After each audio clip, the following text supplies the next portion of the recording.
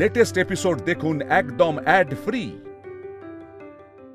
পাপি আমাকে সৌরনীল স্যার ডেকেছিলেন, আমি তাই জন্যই গেছিলাম।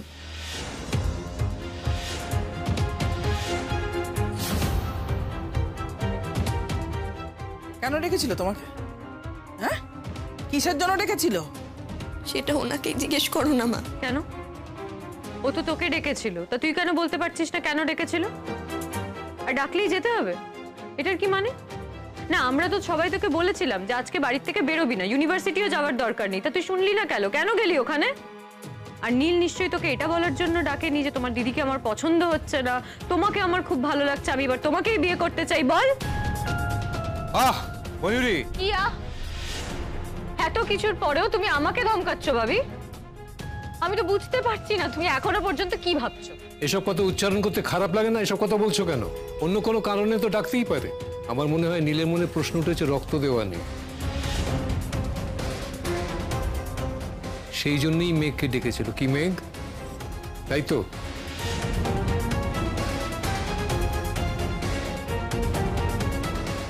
আই লাভ ইউ, আমি তোমার পাশে থাকবো। কি হলো? উত্তর দে, কেন ডেকেছিল? হ্যাঁ, সেখানে গিয়ে গল্প করে বলে এসেছিস তো? দিদির 12টা বাজিয়ে দিয়ে এসেছিস তো? হ্যাঁ, আমি 12টা বাজানোর কে? দিদিভাই সৌরনীলদাকে ভালোবেসে বিয়ে করছে, সৌরনীলদারও দিদিভাইকে পছন্দ তাই বিয়ে করছে। আর ঘটনাচক্রে যদি জানতে পারে যে আমি রক্ত দিয়েও থাকি, তাতে অসুবিধার কি আছে মা? অসুবিধার তো কিছুই নেই। দেখেছো মা, দেখেছো কথা ওর সব সাজানো, কোনো কথায় ওর মুখ বন্ধ থাকছে না। এই মেয়ে নাকি কথা বলতে জানে না, কম কথা বলে, কথা বলতেই পারে না, লোকজন ওকে পিষে দিয়ে চলে যায়। এখন কি করছো এগুলো? আমাকে একটু বোঝাবে কি হচ্ছে এগুলো? তোমার বাবাকে বুঝতে বলো। ছি ছি ছি, তোর দিকে তাকাতে না আমার ঘেন্না করছে। হ্যাঁ, তুই যে আমার মেয়ে এটা ভাবতেও আমার খারাপ লাগছে।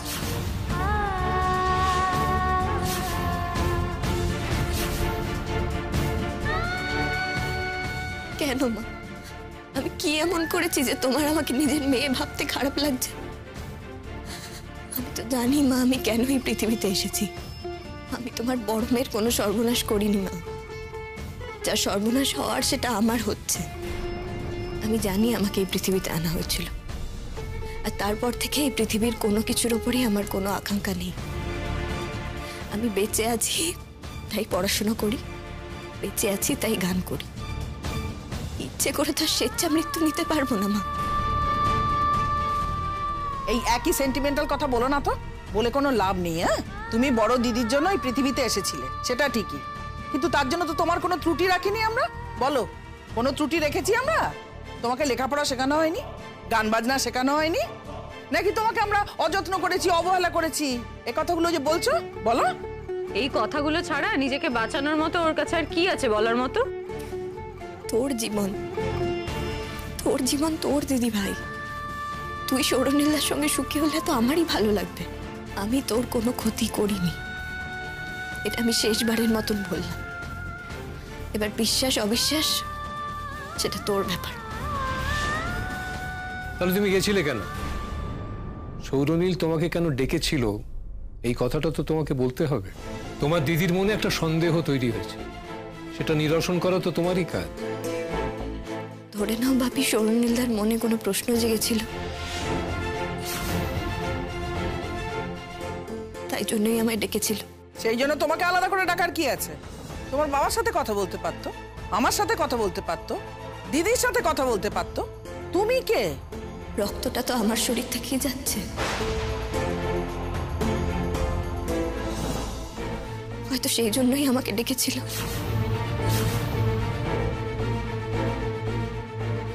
তুই বলে দিয়েছিস?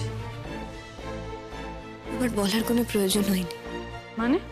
বললাম তো, আমার বলার কোনো দরকার হয়নি। এই যে কথাটা তোমাকে ডেকেছে, সেটা বাড়িতে তুমি গোপন করলে কেন? মনে পাপ আছে বলেই তো গোপন করেছে, সেটা বুঝতে পারছো না? আমি তোর হাব ভাব দেখেই বুঝতে পারছি। কি হাব ভাব দেখেছো মা তুমি আমার? আর কেন শুধু শুধু আমার নামে এত বাজে কথা বলছো? আমি কি করেছি মা? তুমি কি হাব ভাব দেখে বুঝতে পারলে যে আমি দিদিভাইয়ের সঙ্গে অন্যায় করেছি?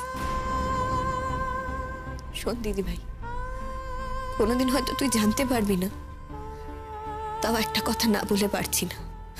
এরকম ভাবে তোরা আমাকে অপমান করছিস তো? মা তো আমার গায়ে হাতও তুলল। শুধু আমার একটা কথা শুনে রাখ, আমি তোর ভালো ছাড়া মন্দ কোনোদিনও করিনি, আজও করিনি, আর ভবিষ্যতেও করবো না। শোন মেঘ, তুই আমার ভালো করার কেউ না। এক রক্ত দিচ্ছিস বলে আমাকে এত কথা শোনাচ্ছিস তো? ওটা বাদ দিয়ে দে। ওটা বাদ দিয়ে আমাকে বল, তুই আমার ভালোর জন্য কি করেছিস? তোর থাকাতে আমার কি ভালো হয়েছে? বরং ক্ষতি হয়েছে।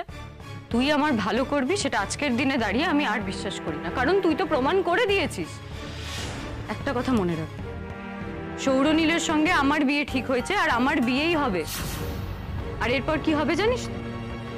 ওই বাড়িতে গিয়ে আমি চাইবো না সৌরনীলের সঙ্গে তোর কোনো রকম সম্পর্ক থাকুক। আমি আমার শ্বশুর বাড়িতে তোকে এন্টারটেনও করব। তোর কি মনে হয় দিদি ভাই, আমি তো শ্বশুর বাড়িতে যাওয়ার জন্য পা মুখিয়ে আছি? না রে দিদি ভাই, আমি তো লোকের বাড়ি যেতে এমনিই পছন্দ করি না, আমার কোনো প্রয়োজন নেই রে। আর তোর আমাকে এত ভয় পাওয়ারও দরকার নেই।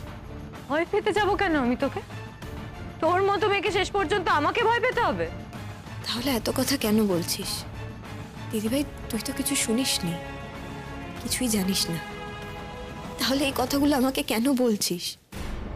নিজের মন থেকে বানিয়ে আমাকে কেন সন্দেহ করছিস তুই?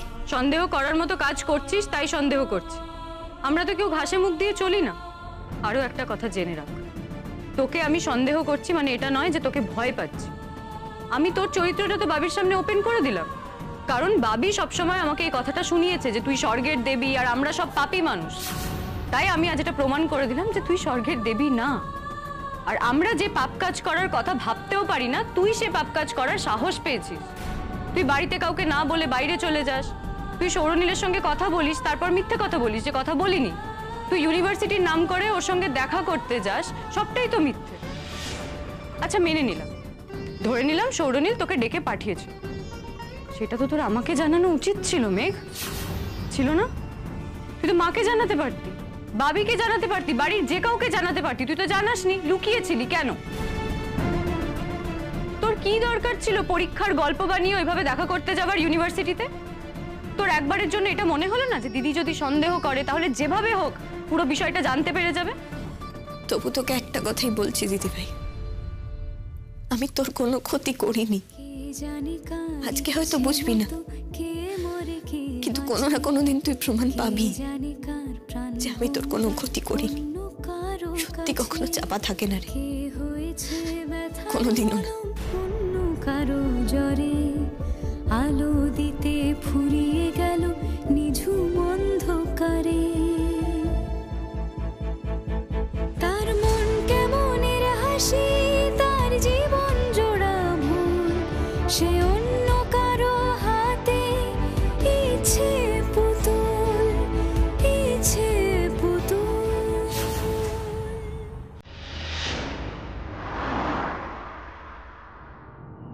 কোনোদিন আপনার প্রতি আমার বিন্দুমাত্র অনুভূতি হয়নি, আর কোনোদিনও কোনো কারণে আপনি আমায় বিরক্ত করবেন না। আর এখন যদি আপনি আমার দিদিভাইকে ছেড়ে দেওয়ার কথা ভাবেন, তাহলে আমি কিন্তু প্রথম লোক যে এই ফাইটটাকে অনেক দূর অব্দি এগিয়ে নিয়ে যাবো স্যার। তুমি আমাকে প্রত্যাখ্যান করলে মেঘ, কিন্তু তুমি যে আমার মনের মধ্যে ঢুকে বসে আছো, তার জন্য আমি কি করব?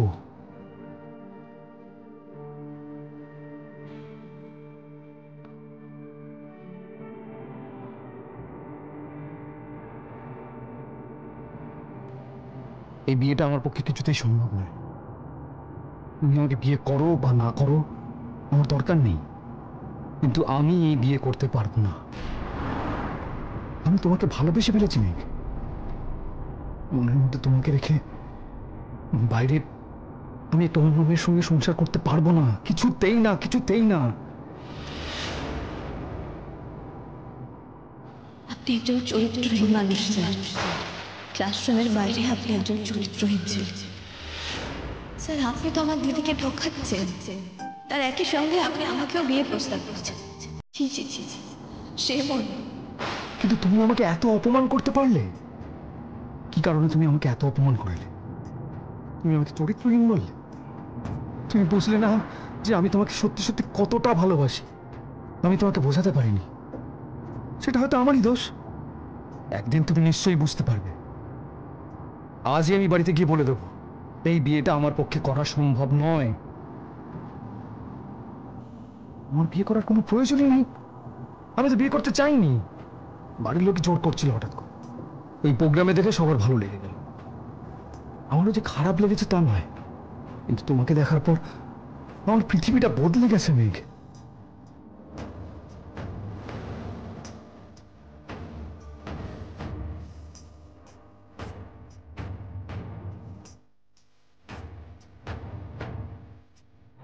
আর তোমার জীবনে এত কষ্ট, এই কষ্ট তুমি আমাকে মুখ ফুটে বলোনি, কিন্তু আমি তো সব বুঝতে পেরেছি, আমি তো জেনেছি সব।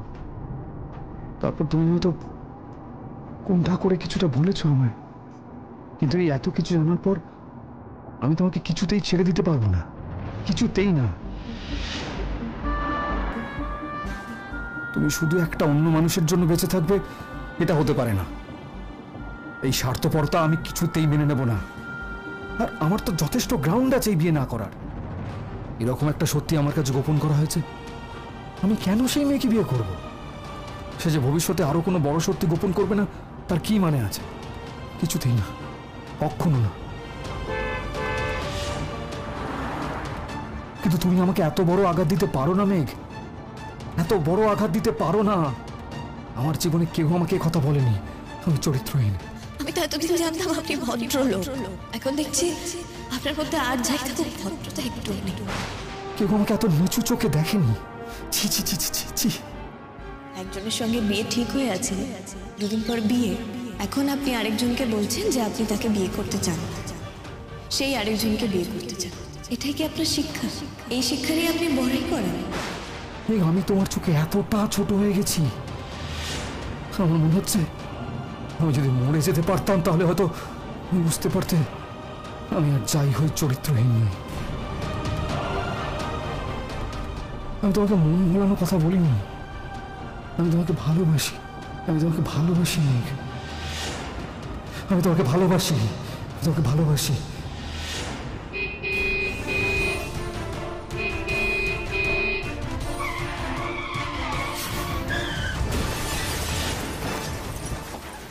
এই অ্যাক্সিডেন্ট অ্যাক্সিডেন্ট অ্যাক্সিডেন্ট এই এই তো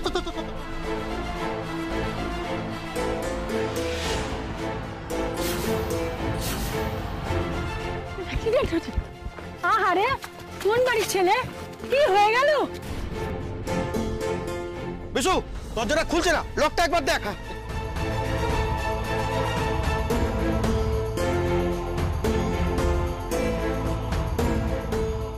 দাদা, দরজার লকটা তো কোনোভাবেই খোলা যাচ্ছে না। কি হবে তাহলে? লোকটা তো মাথা পেটে গেছে, এক্ষুনি হসপিটাল নিয়ে যেতে হবে, না হলে তো বড় কোনো বিপদ হয়ে যেতে পারে। বিপদ যে হয়ে যায়নি তুমি নিশ্চিত হচ্ছ কি করে? দেখতে পাচ্ছ না কিভাবে পড়ে আছে?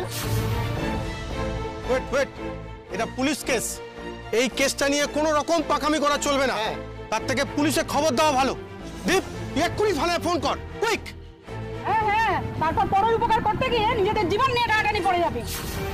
হ্যালো, পুলিশ স্টেশন, আমার নাম দীপ।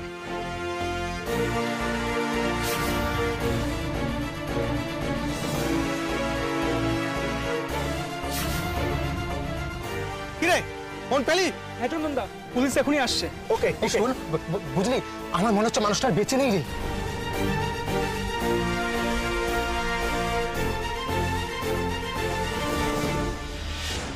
ওই তো পুলিশ এসছে। হ্যাঁ হ্যাঁ,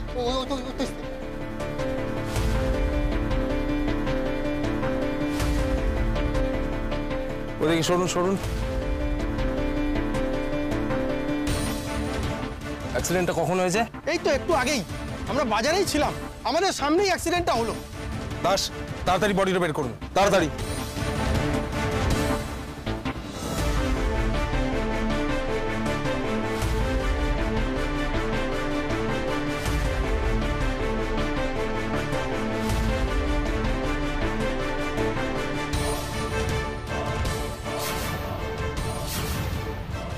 আরে, এই লোকটাকে তো চেনা চেনা লাগছে, তাই যেন দেখেছি। হ্যাঁ, তিনি তো ইউনিভার্সিটিতে পড়ান। আমার ভাইজিও ওখানে পড়তো। আমার ভাইজির সঙ্গে এনাকে কথাও বলতে দেখেছি। ভাইজিকে যখন কলেজে ছাড়তে যেতাম তখন। এত ইয়ং একটা ছেলে, ঠাকুর এখানে বেঁচে যায়। দাস, ওনাকে বের করো।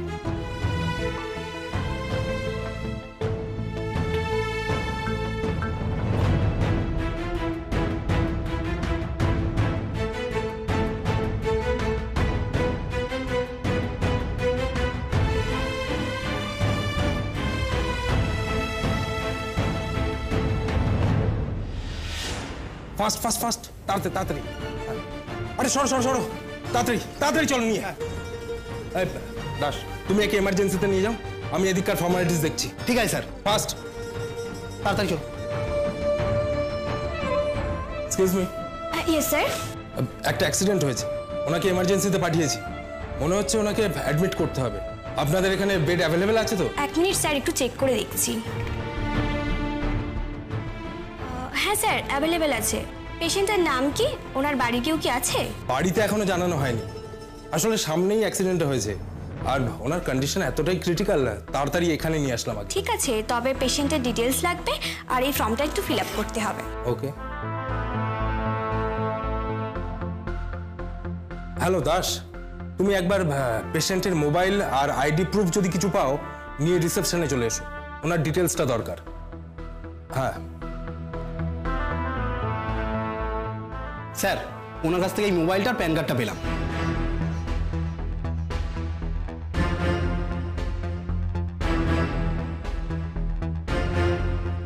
এই নিন। Okay sir.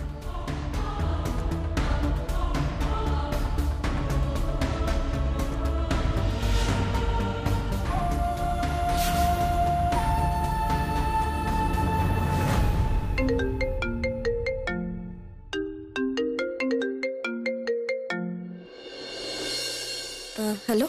হ্যালো, আমরা থানা থেকে বলছি। থানা থেকে? কাকে চান? আপনি কি মেঘ বলছেন?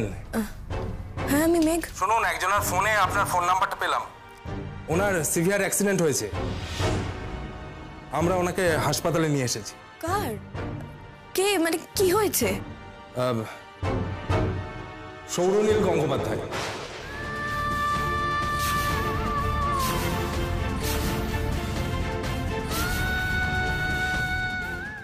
কি হয়েছে? সিভিয়ার অ্যাক্সিডেন্ট হয়েছে, কার অ্যাক্সিডেন্ট। স্মাইল হসপিটালে ওনাকে ভর্তি করা হয়েছে। আপনার নাম্বারটা দেখলাম বলে আপনাকে এই ফোনটা করছি। বাড়ির কে আছে না আছে আমরা এখনো জানতে পারিনি। আপনি কাইন্ডলি একটু তাড়াতাড়ি চলে আসুন এখানে। না, এটা হতে পারে না। না না না, এটা হতে পারে না, এটা হতে পারে না। মেঘ, কি হয়েছে? কি হয়েছে বল না। কান্নাকাটি করছো কেন? দুর্যোগটা কিসের? কথাটা মুখে বলতে পারছো না? বাপি, সৌরনীলের অ্যাক্সিডেন্ট হয়েছে।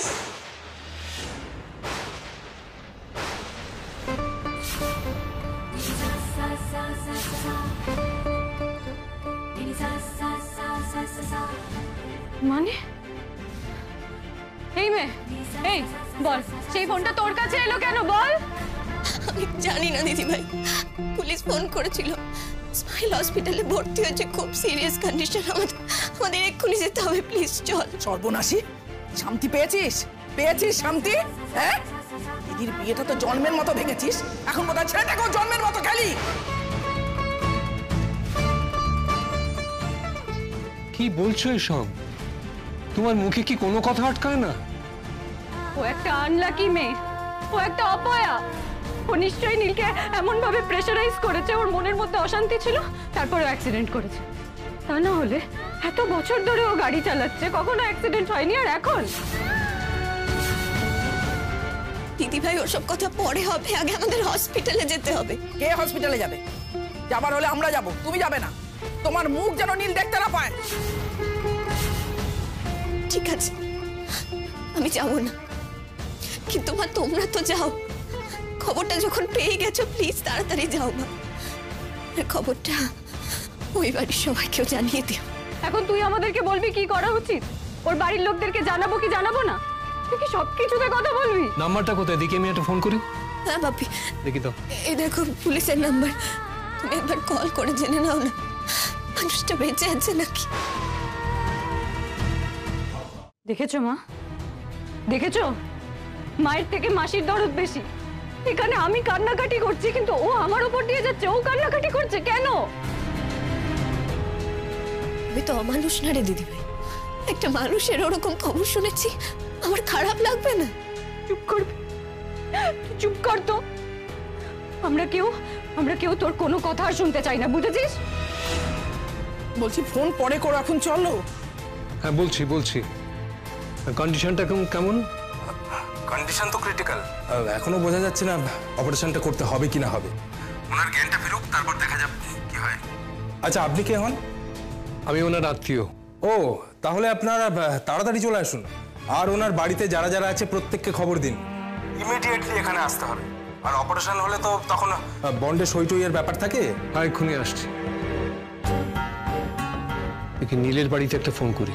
ফোন করে কি বলবো এখন? বলো কিন্তু, আমার ছোট মেয়ের জন্য আপনাদের ছেলের ক্ষতি হয়েছে। তুমি একটু চুপ করবে? কেন আমি চুপ করব? আমার সর্বনাশ হয়ে গেছে, আমার জীবন খেয়ে নিয়েছে এই মেয়েটা, আর আমি চুপ করব কেন? এই তুই সরে যা এখান থেকে, তুই চলে যা। তুই আমার চোখের সামনে দাঁড়িয়ে আছিস কেন? হ্যাঁ চলে যা, চলে যা না।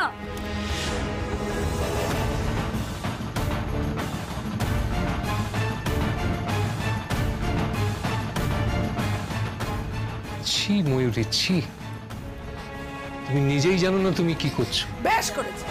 বেশ করেছে, ঠিক করেছে, করারই তো কথা। যা সর্বনাশ সবার ময়ূরীর হয়েছে, মেঘের কি হয়েছে? বদমাইশ মেয়ে কোথাকার, ঘরের শত্রু বিভীষণ। আমাদেরই খাবে, আমাদেরই পড়বে, আবার আমাদেরই বুকের ওপর বসে দাড়ি অপরাবে। শয়তান মেয়ে কোথাকার, ছি ছি ছি ছি। ওদের বাড়ির লোক যদি কেচ্ছাগুলো জানতে পারে কি বলবে বলো তো?